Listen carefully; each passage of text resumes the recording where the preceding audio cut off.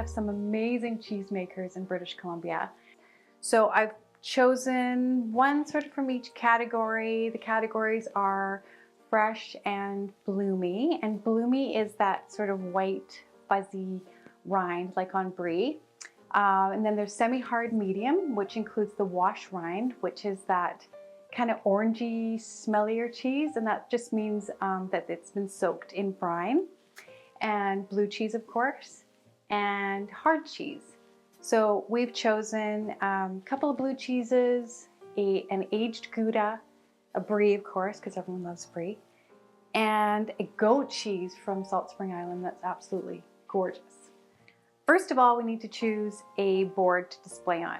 You can do round, rectangle, whatever you want. Just make sure that it is food safe. That's number one, because some boards have a lot of cracks in them that can trap bacteria, and you do not want that. Also, for easy cleanup, I love to use parchment paper, and you can't see it, it just sort of blends in. It's going to be covered, so much easier and food safe. And over here we have the building blocks. So we have the cheeses, the charcuterie, and all of the accoutrements. For us, we are going to start now. It's better to start with the cheese, so your anchors, and lay the cheese out around the board. Then we're going to move on to the charcuterie. We have some prosciutto, and prosciutto is kind of fiddly, so I've kind of rolled it, but you can spread it out in ribbons or just make little piles. Then some salamis. So I like to do prosciutto for sure. Everyone loves prosciutto. And then a couple of different salamis sliced. And then we also have some pepperoni because everyone loves pepperoni. Next, we're going to go to the vegetables and fruits. I did get a pomegranate. It's still kind of cool and festive. And an Okanagan pear.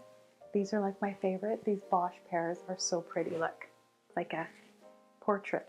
Then we're going to move to the sweets. Have some jam, of course. So grapes, because we're in wine country, are kind of a must. Get a nice fat bunch like this. Now we need the nuts. You can either have these in a bowl or you can sort of sprinkle them. Dried fruits are always nice too. Sweet treat, easy to display straight on the board. They don't have to have their own bowl. I love dates. Now you kind of look back, take a look, see what it needs. Sage somehow lives through the winter and can be found under the snow even. So fresh sage looks very pretty. So we're almost done. Now we just have to make sure we have some lovely crackers to serve with. And I think we've got it. Voila! For tips on pairing BC wine and BC cheese, watch part 2 of this video on Wines of British Columbia YouTube.